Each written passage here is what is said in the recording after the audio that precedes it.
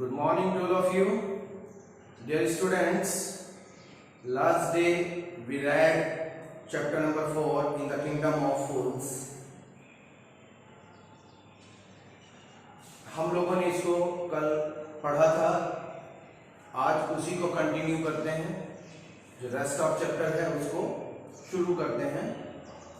So let's start. She thought for a minute and said.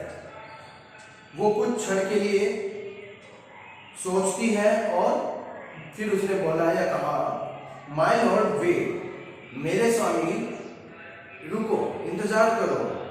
I know now why I was walking up and down the street, मैं जानती हूं कि मैं उस गली में क्यों आना जाना कर रही थी, क्यों आ जा रही थी। I had given some gold to the goldsmith to make some jewellery for me, मैंने कुछ सुनार को दिया था अपने आभूषण बनाने के लिए। He was lazy scoundrel, वो बिल्कुल ही आलसी था और बदमाश था। He made so many excuses, उसने मुझसे बहुत सारे बहाने बनाए। Said he would give it now and he would give it then and so on all day, मतलब वो मुझे कहता था कि अभी मिल जाएगा, थोड़ी देर बाद मिल जाएगा, ऐसे ही उसने पूरा दिन कर दिया।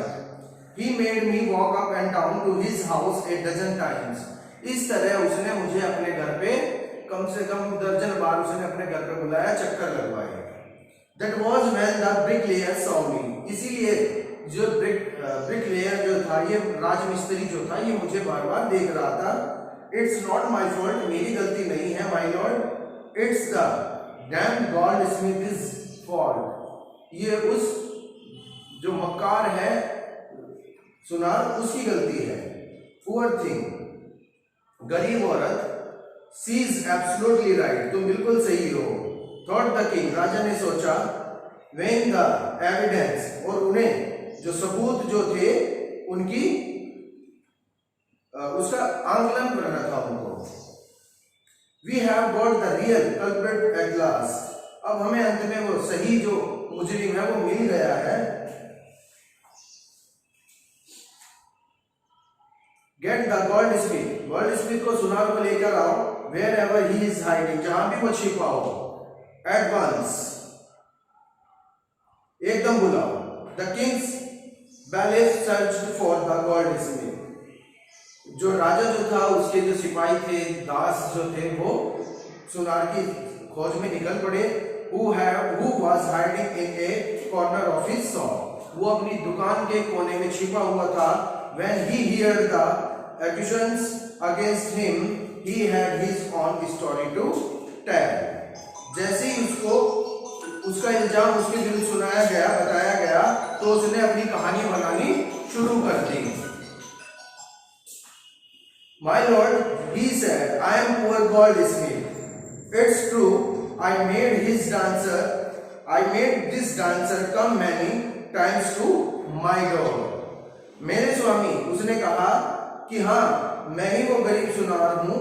ये बात सत्य है कि मैंने इस नर्तकी को अपने दरवाजे पर बहुत बार बुलाया। I gave her excuse because I could not finish making her jewelry before. हाँ, मैंने बहाने बनाए क्योंकि मैं इसको उसका आभूषण पहले नहीं बना के दे सकता था। I finished that rich merchant's order, क्योंकि मुझे जो है एक धनी व्यापारी जो है, धनी व्यापारी का ऑर्डर तैयार करना था पहले। They had a wedding coming, उनके यहाँ शादी आने वाली थी, शादी होने वाली थी। And they wouldn't wait, और वो इंतजार नहीं कर सकते थे। You know how impatient rich men are, और आप जानते ही हैं धनी आदमी जो है, अमीर लोग जो है, वो कितने बेसब्रे होते हैं। Who is the rich merchant who kept you from finishing this poor woman's jewelry? वो धनी व्यापारी कौन है जिसने तुम्हें इस गरीब औरत की ज्वेलरी तैयार करने से रोका? Made her walk up and down, जिसके लिए ये औरत गली में बार बार आने जाने के लिए विवश हो गई।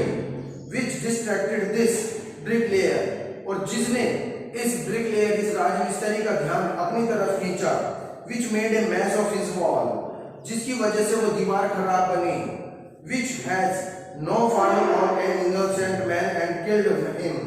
और वो दीवार एक गरीब आदमी के ऊपर गिर गई और वो मारा गया. Can you name him? क्या तुम उसका नाम बता सकते हो?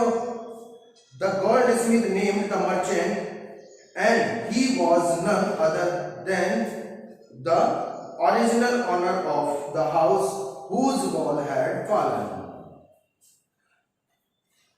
सुनार ने उस व्यापारी का नाम बताया. वो कोई और नहीं था बल्कि उस मकान का असली मालिक था जिसके मकान की दीवार गिरी थी.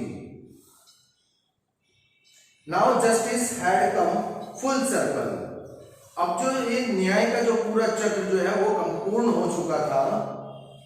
Thought the king back to the merchants. राजा ने सोचा और न्याय जो है वापस व्यापारी के पास चला गया.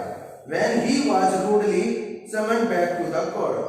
और जो वो व्यापारी था उसको अभद्रता के साथ दरबार में वापस बुलाया गया.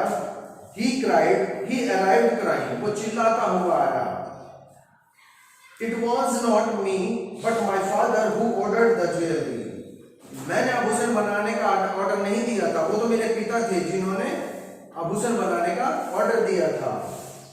He is dead. और वो मर चुके हैं. I am innocent. मैं निर्दोष हूँ. मैं निरपराध हूँ. But the king consulted his minister and ruled decisively. पर राजा ने अपने मंत्री से विचार विमर्श किया, परामर्श लिया और सोचकर निर्णय दिया. It's true your father is the true murderer. हाँ, ये बात सत्य है कि तुम्हारे पिता ही वास्तविक हत्यारे हैं. He is dead. और वो मर चुके हैं. But somebody must be punished him in his place. लेकिन उनके स्थान पर किसी न किसी को तो दंड देना ही पड़ेगा. You have inherited everything from the criminal father of yours, his riches as well as his sins.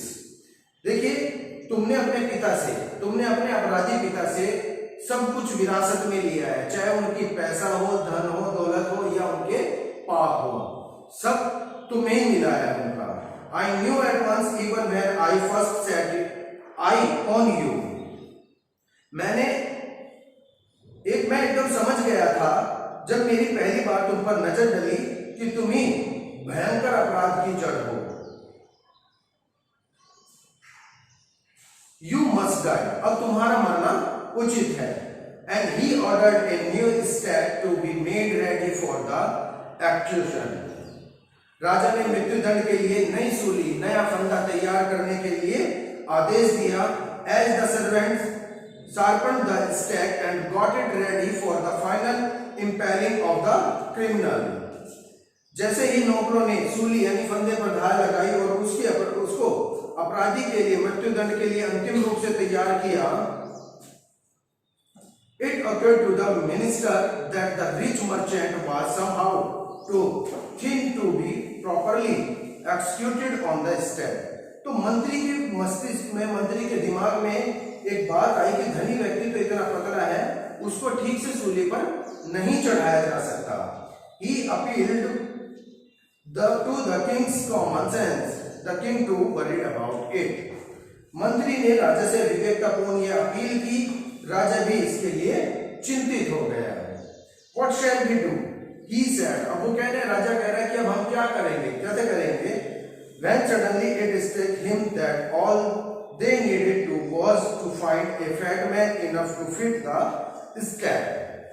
तब राजा के दिमाग में अचानक से एक बात आई और उसने कहा कि हमें कैसे आदमी की आवश्यकता है, मोटे आदमी की आवश्यकता है जो इस सूली के लिए बिल्कुल ठीक हो, फिट हो. The servants were immediately sent all over the town looking for a man who would fit the stag.